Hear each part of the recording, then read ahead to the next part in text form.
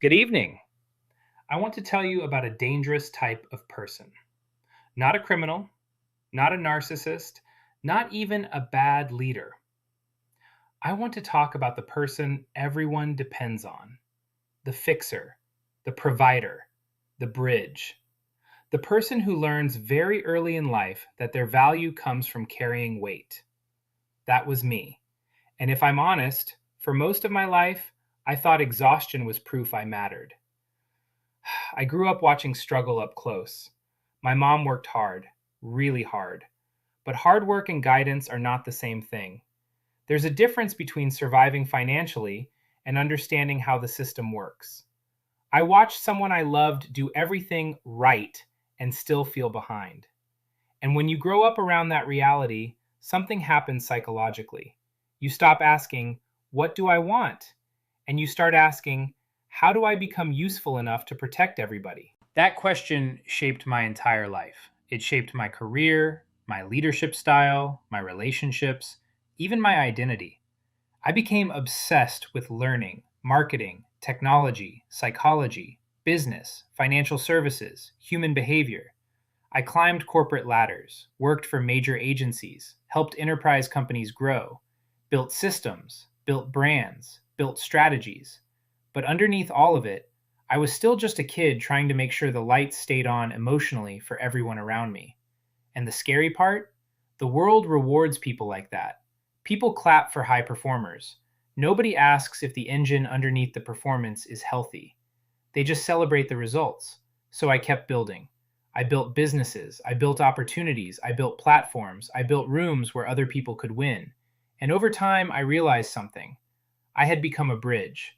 Now, a bridge sounds beautiful. Bridges connect people. Bridges create access. Bridges help others get somewhere they couldn't reach alone, but nobody asks the bridge how much weight it's carrying, and eventually, even bridges crack. There was a season of my life where externally, things looked successful, but internally, I was tired in a way sleep couldn't fix. Because survival mode has a hidden cost. It teaches you how to produce without teaching you how to exist. Some of you know exactly what I mean. You answer emails while watching your kids. You take business calls during dinner. You sit on vacation thinking about invoices. You achieve goals you prayed for and somehow still don't feel safe. Because survival mode doesn't disappear when life improves, it just upgrades its wardrobe. And for me, one of the hardest realizations was this. I had gotten so good at helping people build their brands while quietly losing connection with myself. That's when fatherhood changed me.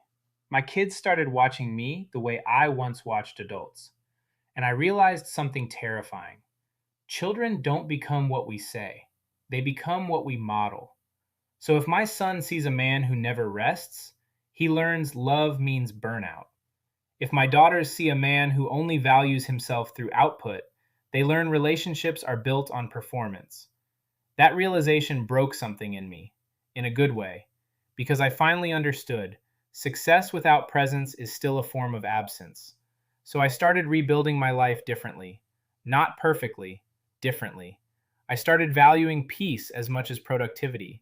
I started creating businesses that aligned with my values instead of just my capabilities. I stopped trying to look successful and started trying to feel aligned. I became more honest about the pressure entrepreneurs carry, especially men, especially fathers, especially people from communities where failure doesn't feel theoretical. When you grow up around instability, your nervous system treats rest like danger. That's why some people sabotage peace. It feels unfamiliar. Ambition is not the enemy. Building is not the enemy. Leadership is not the enemy. But if your identity is built entirely around being needed, you will eventually disappear inside your usefulness. That's why today my mission is bigger than marketing. Yes, I build brands. Yes, I help companies grow. Yes, I care deeply about strategy and systems and AI and innovation. But underneath all of it, I really care about helping people become visible again. Not just online, personally, emotionally, spiritually. I want advisors to stop hiding behind templated versions of themselves. I want business owners to stop confusing motion for meaning. I want fathers to understand that presence is a legacy strategy. I want creators to know they don't have to become machines to become successful. And I want the kid inside some of you, the one who became the strong one too early, to understand this. You were never only valuable because of what you could carry.